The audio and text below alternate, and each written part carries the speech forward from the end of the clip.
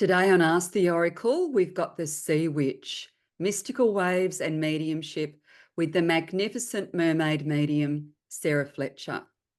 Dive deep into the mystical realm of spirit communication, oceanic wisdom, and the healing power of the sea with Sarah Fletcher, the mermaid medium. Born into a lineage of gifted mediums, Sarah carries the ancestral threads of psychic connection, artistry, and spiritual teachings. With over 25 years of experience working internationally in evidential mediumship, she's also an author, teacher, sea witch, and passionate advocate for women's wellness. In this luminous episode, we explore the tides of mediumship, the art of spiritual storytelling, and how Sarah intertwines her intuitive gifts with her love for the ocean. She'll share insights into the Elements Women's Wellness Centre, offering upcoming offerings and the transformative healing journey she curates. No topic is off limits, apparently, so this is going to be fun, except deep wisdom, mystical revelations, and the gentle embrace of ebb and flow energy. Aloha, radiant sister of the sea, enchantress of the tides, and keeper of oceanic wisdom. Welcome, dear heart, Sarah, the mermaid medium. Aloha, Suzy Cherub. Thank you so much for having me on your beautiful podcast today. You're very welcome, my love. I'm so excited because we're both, we've got that connection to our Piscean roots and to the ocean and mediumship and so many beautiful synchronicities and alignments. So I know this is going to be just so beautiful. Can't wait to dive into these questions with you. Oh, I got goosebumps. Such a soul sea sister. I love it. So beautiful. Okay, let's dive deep. Let's start with a life of waves and wisdom. So you were born into a lineage of mediums, which I find really fascinating. So what was it like growing up with this gift? And when do you know you want to embrace it fully? When did you know that? Oh, that's such a good question, Suzy. So, as a child, I could see spirit, like I can see you right now. And that was hugely overwhelming and very scary. And I actually hated this type of work. I was dragged around to a lot of platform mediumship demonstrations, trance circles, psychic churches, and all sorts of things with my mum when I was a child. And at the time, I hated it, but I realize now that it was such an initiation for the life and work that I live in, what I do. So I'm actually really grateful now. But at the time, I just thought, yeah, it was probably just too much. Oh, I love that. Yeah, you're right. It was this beautiful rites of passage, initiation. Obviously, you've been doing this for eons and eons, and yeah, isn't that interesting that it is that kind of like at the time it was like, oh, here we go again, but really, what a beautiful way to kind of open up and expand your psychic gifts even further because it was so accepted. Yeah. Absolutely. I was so blessed because my mother and my grandmother, my nana, who I lived with, they always said, you don't have to go to any building to worship the divine. Everything that you need, all of your connections are within you and in the natural world. So, to be honest, I was very blessed in that way. And it was really interesting because I had this strong polarity with my father's family being really Catholic, which I didn't dislike at all, I must say. I thought the churches were beautiful, and I thought the stained glass windows and the art was just incredible. And I had a deep connection to Jesus, or as we know him as a Yeshua, an ascended master, at the Yes. time, and still do, to be honest, still do. So I really felt that connection to Mary. And so these two beautiful worlds lived in harmony for me in that way. Um, yeah, so I look back with fondness and appreciate the polarities. Oh, I love that so much. You and I are so similar that way because my British nana, she was very Catholic, but at the same time, very much into, the fairies and, nature spirits and all those beautiful rituals as well. And then on my father's side, which was very Portuguese, my Portuguese grandmother was very Catholic as well. But both of them had, looking back, very pagan kind of beautiful rituals and bits and pieces that they used to do. So to me, it was that same sort of, parallel kind of world as well. And I'm with you, I loved so many things about the Catholic Church growing up. Obviously, as you get older and a bit more discerning, you realize that you don't align with, a lot of the patriarchal views or whatever. But, absolutely, I think it really impacted the way I saw the world. And I absolutely love that you said that you don't need to go to a church or a temple to connect with the divine, because I totally feel that too. And I have a very strong connection to nature. I live here amongst 3.5 acres of trees, very close to the ocean. Beautiful. And, I have a very, very strong connection to all of the elements. So, yay, I love that. Yeah, it's really interesting because, of course, with the church, the patriarchy, and everything like that, I mean, that's everything I stand against very outwardly these days. But it was really interesting to see it from another perspective as well. So I think within everything there is polarity. So yeah, it's good to see that two things can be true. You can have two things coexisting at the simultaneously. So yeah, it's fascinating. Oh, I love that so much. Absolutely. That beautiful sacred duality, night and day, winter, summer, not good or Yeah, bad, right? yeah. Um, yeah, totally, totally get that.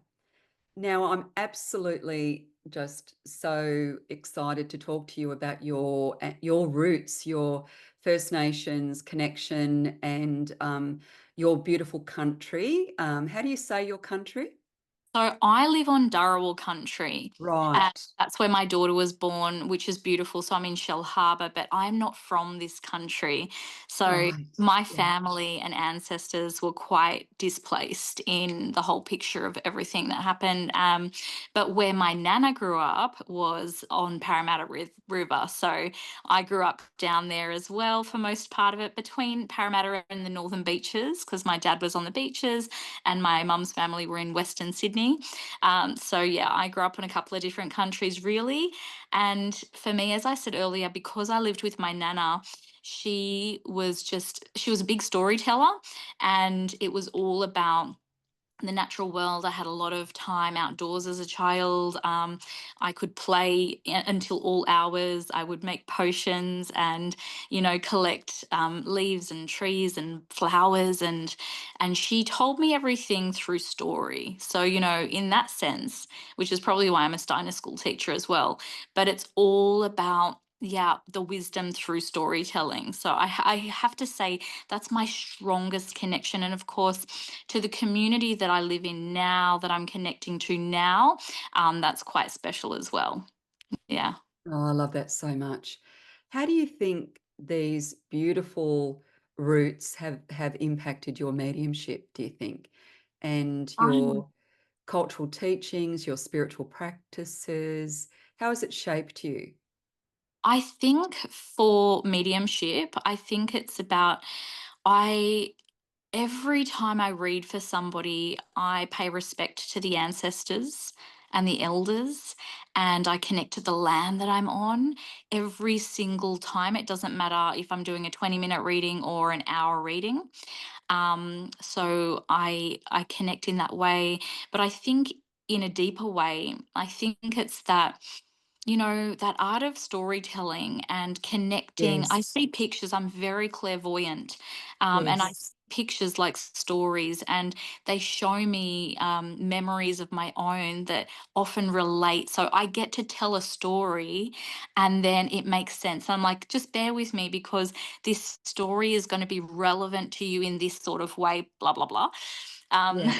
you know, so I actually think it's that way that it's brought through. Oh, so valuable because I know a lot of very psychic people that can't necessarily communicate it, if that makes sense. Yeah.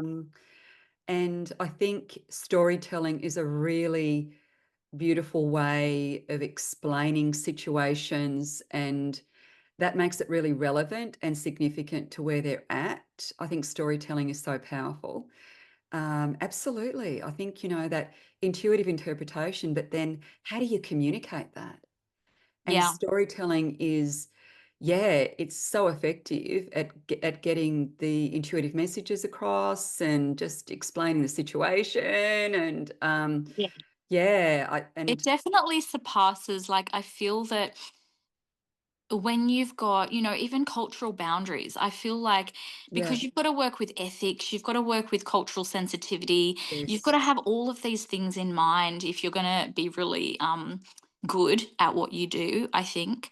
And yeah, definitely storytelling and the expression that we hold and the energy and intention that we hold in our energy field, people feel that. So I've had many people that have come with even interpreters, and sometimes I'll be telling a story even to the interpreter, and then they can relay it and the person feels it. So I feel that it meets this beautiful feeling realm. It's not all yeah. intellectual, it's not all in the head space, but it's very much heart centered. Oh, that's so beautiful. I love that so much. Um, yeah, beautiful. Now, this mermaid path that you're on, how does the ocean inspire and guide your sacred practices, your psychic work, your mediumship? Do you feel a deep energetic connection between the sea and spiritual communication? Oh, wow. That's such a big, deep question, isn't it? I love it. I mean, I could go everywhere with this. Before we started, we were talking about the fact that we're both Pisces girls Yes. and we have multiple placements in Pisces, right? So I've got about 5 placements in Pisces, which makes me extremely Venusian. So I'm born on the day of Venus, down to the hour and the minute of Venus. So I think I've come in with this thing, right? So I'm very Atlantean in that way. Um, and then I think in terms of the ocean, well, the element water, it's predominant in my chart for starters, but I've always had a love and connection to the ocean. So that's something that's been fostered throughout my family. We've all been very ocean dweller type people. I've always been a surfer. My dad introduced me to that when I was Oh, younger. wow, really? I Yeah, love that. yeah, we're One of we're my also. oracle card decks, Aphrodite, is actually a surfer chick. I love She's that. riding on a wave, this beautiful pink wave, and yeah, I love that. She's gorgeous. Yeah. So Aphrodite, I definitely work with Aphrodite and the Venus energy. And for me, I do daily beach walks. I like to do a practice for myself every day, especially before I do readings to clear my energy field and to just plug in and ground my energy.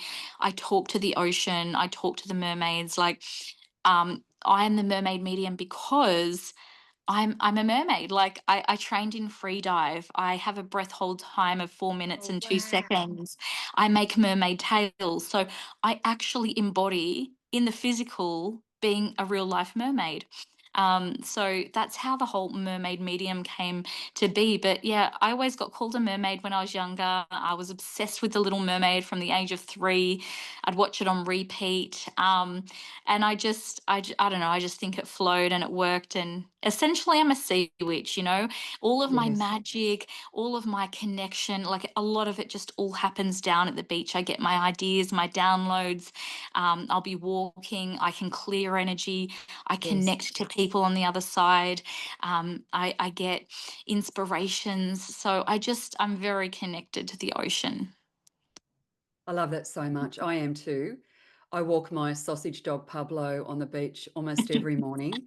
And, I stand in front of the ocean and go, goddess of the sea, cleanse and recharge me. And I do all sorts of things down at the ocean. I do find too that I don't know about you because we've got so much, Piscean magic in our charts. I just find too, I seem to be able to find a way to make something happen and work. Like Yeah. almost like that Yeah. salmon, like swimming upstream type energy. Yeah. Are you like that too? Are you very adaptable and can pivot and kind of Yeah. flow with things and find a way, even if it looks challenging? Or I'm just Yeah. curious if you have that energy as well. I do. And I've been told by many astrologers that it's something in my chart. It's actually a multiple bunch of things in my chart. What do they call it?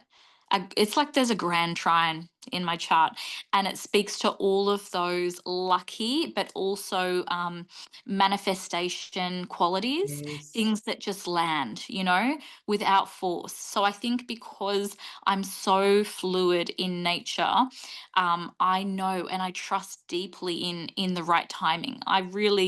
There are lots of parts of my life, and touch wood, where I will surrender to the powers that be. And I've been called to many times over in my life, and like brought to my knees, um, with just having to surrender and trust. So I think that, yeah, I lean into that, and I lean into my connection with my spirit team, and I trust in that I have a very strong connection. And then I think a lot of it is in my nature. Beautiful. What a great answer. So let's move on to spirit messages and evidential mediumship, which I absolutely relate to. Can you share how evidential mediumship works and how it differs from other kind of psychic practices? Because often people get those two mixed up, don't they? Yeah. Absolutely. So there's that old saying where all mediums are psychic, but not all psychics are medium. And what that means is the word medium itself is just the bridge, the go between, the messenger between one side and the other, the spirit world and the physical. So a medium is commonly connecting with your loved one's past or your spirit team, whereas a psychic alone may be using their ability of any of their clear senses to view or to hear or to see or feel or touch or taste, um, any of these things about events that are to come or that might be happening or that might be past. But it doesn't necessarily mean that they can talk to loved ones past. So that's the difference. What's the other part? Oh, evidential. Okay, so what makes a medium an evidential medium would be that they are bringing through information that's so specific that Yes. there is no possible way, there's no generic quality to it. There's no possible way that I or any evidential medium could know what they've spoken about. So, for example, I had a client in last week, and her father had passed, and I heard him say, tell my mate Spiteri I said hi. I go, oh, who's Spiteri? He's saying, tell my mate Spiteri I said hi. And her jaw dropped, and she said, well, that's his best friend. So there's absolutely no way I could possibly know that. So I'm hearing from spirit, and I'm giving something very specific to support the fact that I'm connecting to somebody specific. Brilliant. I love it. What great mediumship, what great validation and evidence. That's so amazing. Do you find too, I find it quite interesting when I do mediumship that quite often, because the message isn't for us and it comes through and it can be quite abstract or quite unusual. And in the early days, I used to kind of like not censor it, but I'd go, I can't say that. That's Yeah. outrageous, right? And then, but what I've learned to do over the years is because that message isn't for me and because it is, quite quirky or quite unique or whatever it might be, I find that stuff, when you bring that stuff through, even though it doesn't sort of seem like amazing evidence to me, When Yeah. I say it to the recipient, to the seeker, it's kind of like, oh my God, yes, how did you know that? Or, like, Yes. It's all about letting our ego get out of the way, isn't it? it is. Because when we overthink it, and that's where our ego comes in and is like, "Oh no, come on, that's wrong, that's weird." It's actually not needing to mean anything to us because we're simply the messenger. So as a messenger, if we see a pot plant, we have to trust in that. I trust in the relationship with my spirit team and what they're giving me. And like one day I had a platform demonstration at my space at Elements Women's Wellness Centre, and I could not help but say, "Look, I've got a giraffe. I've got a giraffe. There's a giraffe in the space. I do not know what this is about. Yes. It sounds so weird." I'm going, like, who's been to the zoo? Was there a special connection with the giraffe? Blah, blah, blah, blah. But I found out the next day that my beautiful business partner who was in there had just been gifted this giraffe thing. And then there was another giraffe thing that came in. And she's like, "I've just found out that the giraffe is my totem animal." So, like, it's a whole thing now in our space. We've got like a giraffe picture and a giraffe statue for her. I But love that. yeah, it was just so weird, but it made sense to her. It made sense to her. That's right. It's really interesting because I love animal totems and, power animals and spirit guides and all of that. I don't consider myself a shaman, but I do absolutely love all of that. And lately, I've felt a real connection to flamingos. Oh, beautiful. Well, you're like a pink flamingo I right know. now. And then I'm going, what is it with the flamingos? And Beck and I, my daughter and I recently went to Melbourne for a women's conference. And it was really interesting because everywhere there was these flamingos. And then I kind of looked it up. And a flamingo loses its pink when it's feeding its babies, when it's sort of going through motherhood, and gives all their nourishment to their little babies. And when they go into that, grandmother phase of their life, they get their pink back. Oh, I love that They get their pink story. back. I didn't know And that about flamingos. I and love I was that. just, I, turned 60, and now I've got pink hair, and but I've realized too that different power animals come to you at different stages of your life as well, Yeah. for Yeah. whatever reason, Just like right? guides, different Yeah. guides come in and then step back and make their, yeah, they're incredible, aren't they? I love totem animals. I'm currently very cockatoo. Oh, I love the cockatoo. Yeah. Yeah. What does the cockatoo mean to you? To me, it is a messenger between the spiritual world and the Yes. physical, and it's my grandfather. So he was really special to me in my life, and he actually rescued a baby cockatoo when it was just a tiny baby. It was sort of, he found it in the bush one day. Their property backed onto the bush, and so he raised this cockatoo. He hand raised it, and its name was Joseph. And Joseph the cockatoo, they live for a very long time. They can live for over 100 years, cockatoos. Wow. And I did Joseph not could know say that. all of our names. So he'd say, "Sarah, I want a cracker." So I'd go and get him a Jats cracker, run into the pantry and get him a Jats cracker. And yeah, he just, eventually my grandfather had to end up releasing him back into the wild because the neighbors got a cat that were, fond of trying to catch him. But yeah, that was a whole era. Oh, beautiful. Love that. Yeah. Now, we've talked about storytelling, but you're also a writer. So, writing and storytelling in the spiritual space.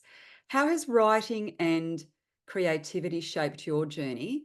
And what role does storytelling play in psychic and mediumship work? We've already sort of like touched on Touched that. So, on let's that. go to Yeah. more of the writing side of things. Yeah. So I've always been a passionate writer and storyteller. I've always had a big imagination. I had a really beautiful teacher in year 3. Her name was Mrs. Buchanan.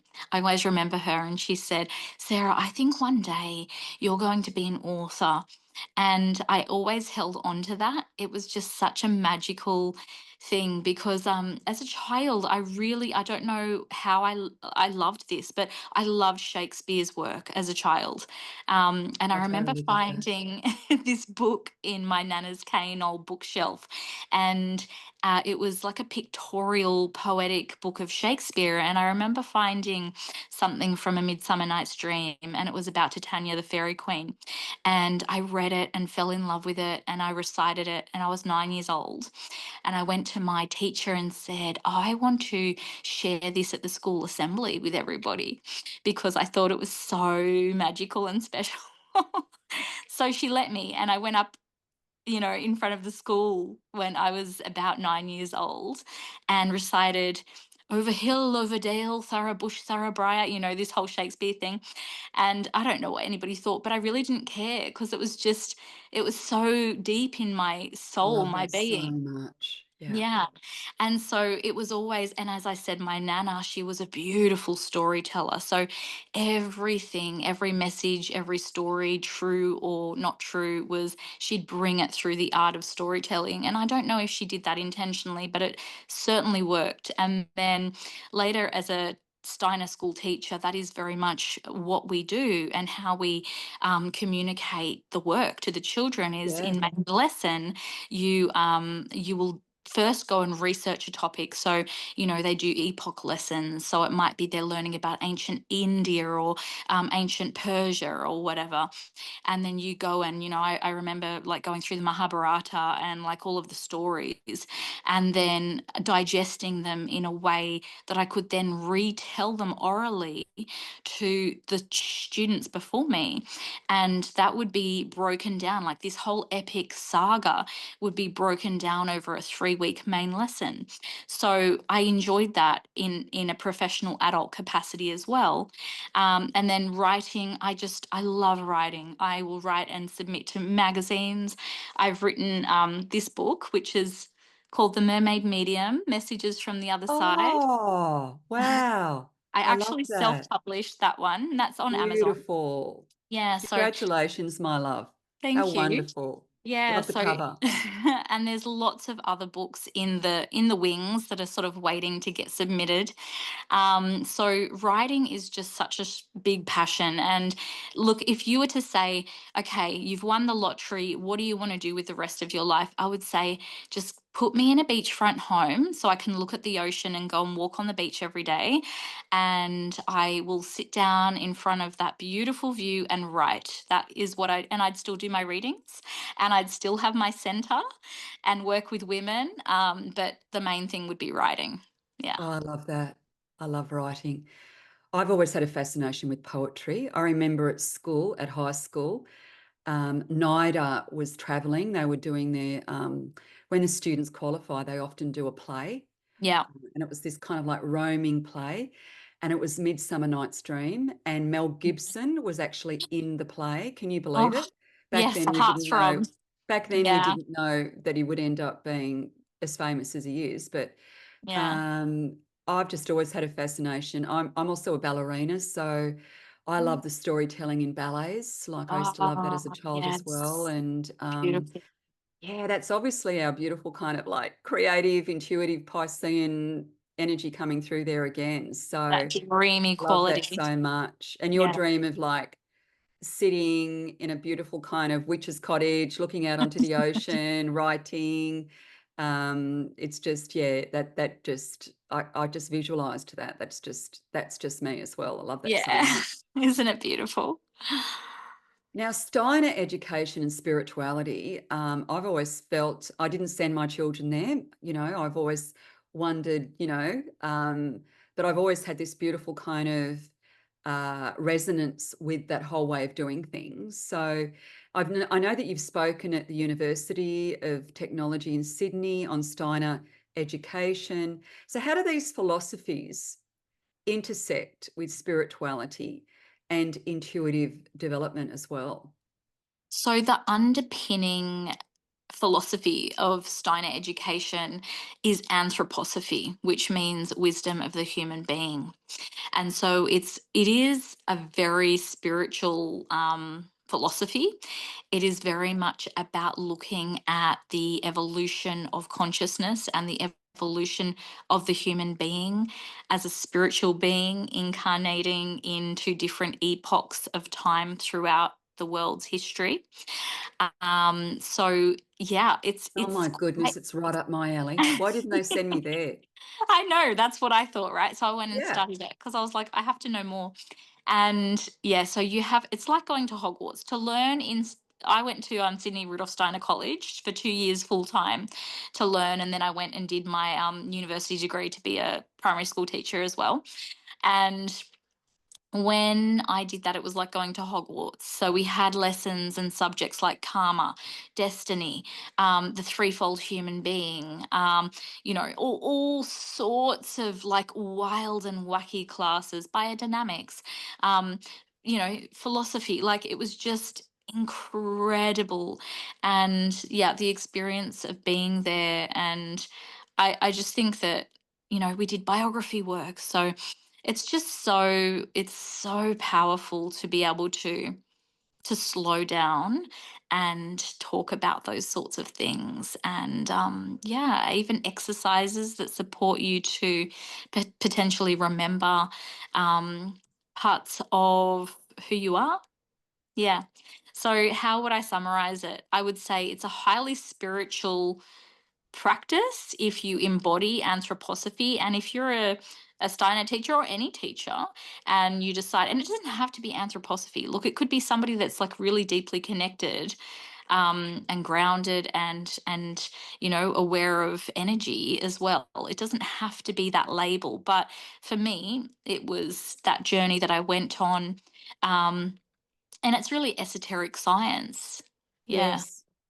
I often have like noticed when I've kind of come across people that went to Steiner that I don't know, they're really confident in their passions Yeah. and their creativity and I remember meeting a girl that was like a violinist because she Yeah. got to just kind of really focus on her violin, you know what I mean? Like, so it's Yeah. like, I just kind of love that personalized, authentic kind of way of like, I don't know, like It's very arts education. based. Yeah. Yeah, it's very Yeah. arts based.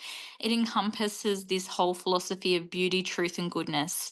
So, what you're bringing as a Steiner teacher to the lesson and to the students before you, and of course, traditionally, a teacher would journey from class 1 to 7 or 8 with the same group of children.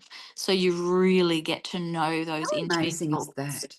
It's incredible. I mean, Yeah. like we live in a fast-paced life, so it doesn't always get to happen. I Yeah. think I was with my class for 3 years and then I got pregnant, so life Yeah. happens. Of course. Um, Yeah.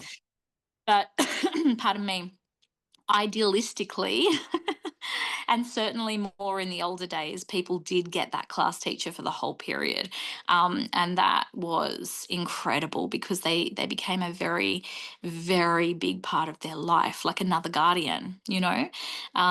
But you can have just equally incredible experiences with multiple teachers, as I have, somebody that didn't go to a Steiner school at all. And I had many, many different beautiful teachers along the way. So I don't think that one is better than the other. I think it's just a nice Yeah. possibility. Yeah. Yeah. Beautiful. Would you kind of consider yourself a spiritual academic?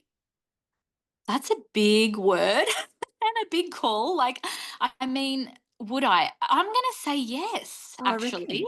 I I'm going to reckon. say yes. I've never considered it that way, Susie, A teacher and a because, student, spiritual yeah, academic. Yeah. yeah. But I think that's a really interesting way to put it. Yeah. Yeah. Love it. I love it. So I've noticed you're a little bit like me. You do have quite a few different incredibly amazing pathways going on, like yeah, so your offerings and the path forward for you, my love. So what exciting workshops, retreats, or offerings do you have coming up? Because I know the listeners are going to be really fascinated with all of that. So, and where can people find you? Yeah. like, Well, yeah. thanks for asking. It's always nice to share all those bits and pieces. Okay, so there's quite a few. In August, over in bulk, I have myself and the beautiful Amy Woods. We are co facilitating a retreat in Berry called Wake and Wild Winter Witch. And it's an in bulk retreat from the 1st to the 3rd of August. And I think we're down to our last one or two spaces actually. So we've just recently sold another one over the weekend or last weekend. So yeah, there's one or two spots left for that. Then on the 8th of September for 13 weeks, myself and a bunch of 13 other witches are collectively coming together to teach the Craft Point 3, which is my online container.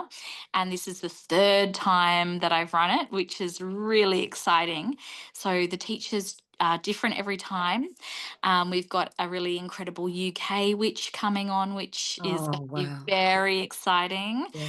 Um, and then all of the amazing Australian witches as well. So that is something that people can watch on playback or come live into the space. So all of that's advertised and it's on my website and it's on my socials and all of that sort of thing. And then I've just relaunched an online coven offering where it's basically people can join in for full and new moon ceremonies and the Sabbats.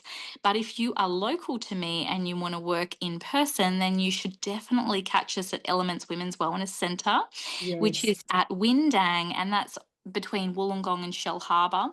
It's Okay. a really beautiful coastal town, and we've got a big space with a few different rooms where we run every 2 weeks. We run new moon, full moon, mediumship, sound baths, yoga, Beautiful. all sorts of things, and different courses. So that's something that you can do. And then at the end of the year, there'll be another summer retreat. So, yeah, Love like that. spring, summer sort of I retreat. love And the that will seasonal probably, retreats. yeah, that'll probably be focused towards psychic mediumship. So I ran one in February, which was epic, just beachfront, absolute beachfront. So Gorgeous. we'll be going for that again. It will be a beautiful beachfront location, and yeah, it's you can see all the things and where you can follow me.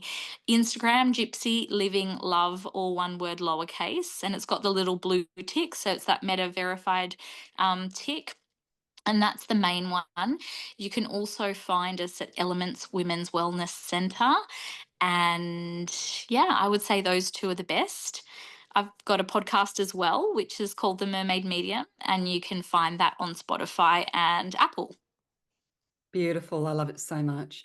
I'm definitely going to look up the berry retreat because I love everything you do and I love that part of the world. It's just got a lovely, yeah, beautiful divine feminine feel about it.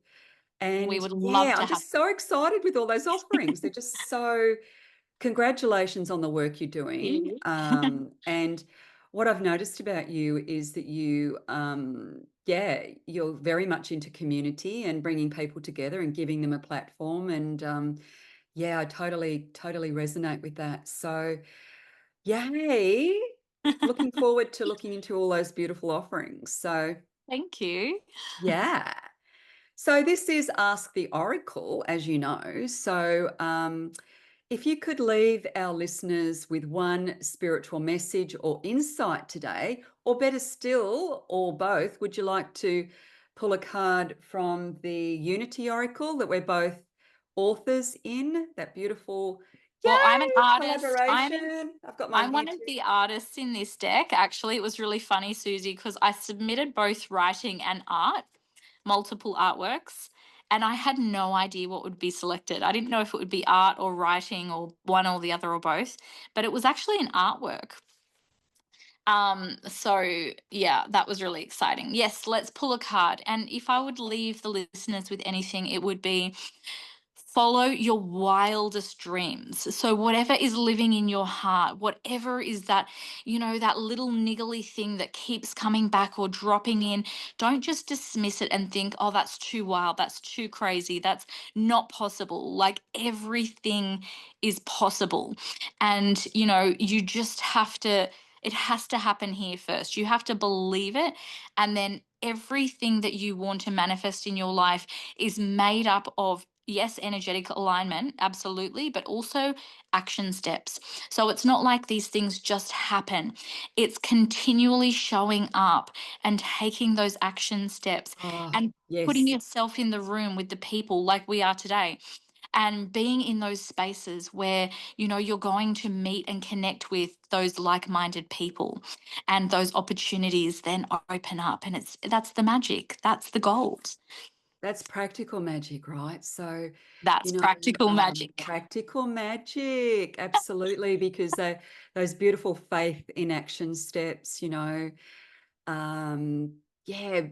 putting yourself in communities and spaces and places where you can express and connect and grow and all that beautiful stuff. Oh, I love that so much.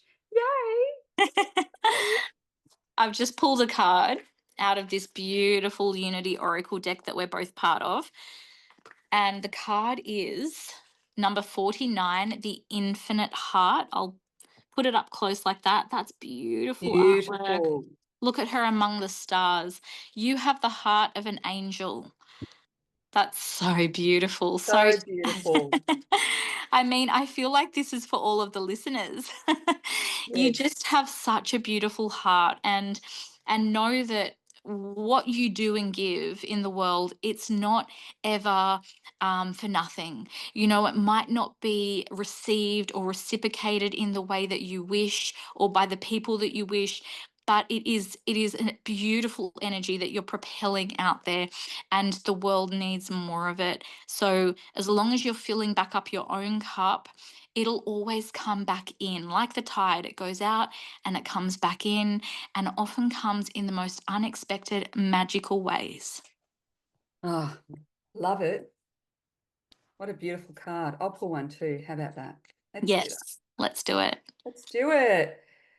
Oh my goodness. We've got the golden thread, number 50. Let go of judgment. And you know how we talked about, getting out of our own way and just, focusing on your passions, your gifts, what lights you up. And, try to reframe some of that negative self-talk, those limiting beliefs, and just kind of really step into your golden light of deliciousness, and do that without, yeah, just be super soft and super kind to self. And, you know, um, that cliche saying of feel the fear and do it anyway, right? So just really showing up, loving this card. It's really beautiful art. Loving that golden energy coming through. And yeah, yay, love that. Beautiful. That's so beautiful and appropriate for today's talk. So appropriate, right? So all of your beautiful links and connections will be in the show notes, Sarah. But I just want to thank you, my love, for coming on. It's been an absolute delight. Thank you so much for sharing your magic and your wisdom. And yeah, yay. Thank you so Thank much. you. Thank you so much for having me. It's just been such a joyful conversation. I can't believe we're done. And I look forward to connecting in real life. Oh, absolutely. That's on the wish list. Absolutely. Definitely looking forward to that because I love facilitating, but I also love receiving. Yeah. We Um, need it. We need to we fill up need our it. cups, especially in this line of work. Yes. Exactly. Exactly. Thank you, my love. Thank you. Infinite heartfelt blessings to you. Yay. Bye.